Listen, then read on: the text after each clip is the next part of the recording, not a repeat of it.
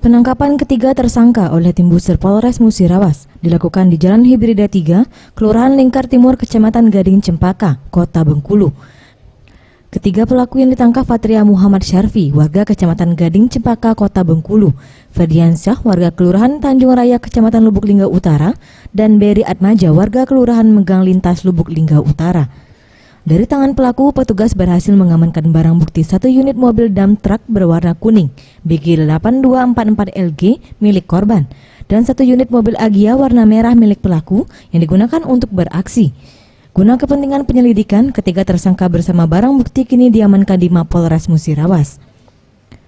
Kasat Reskrim Polres Musirawas AKP Satria Dwi Dharma mengatakan penangkapan pelaku berawal dari laporan korban tertanggal 23 Juli 2016 lalu, di mana pelaku yang berjumlah 4 orang berhasil membawa kabur mobil dump truck milik korban setelah sebelumnya menyamar sebagai pegawai leasing yang akan menyita kendaraan.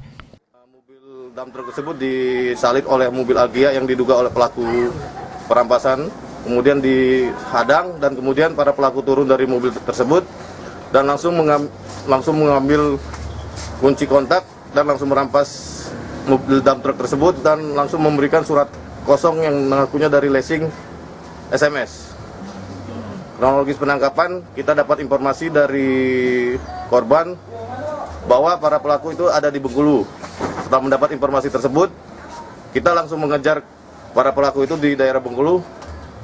Saat ditangkap, para tersangka tidak melakukan perlawanan. Pihak kepolisian akan menjerat ketiga tersangka dengan pasal 363 KUHP tentang pencurian yang ancaman hukuman 9 tahun penjara. Ferry Setiawan, Sriwijaya TV.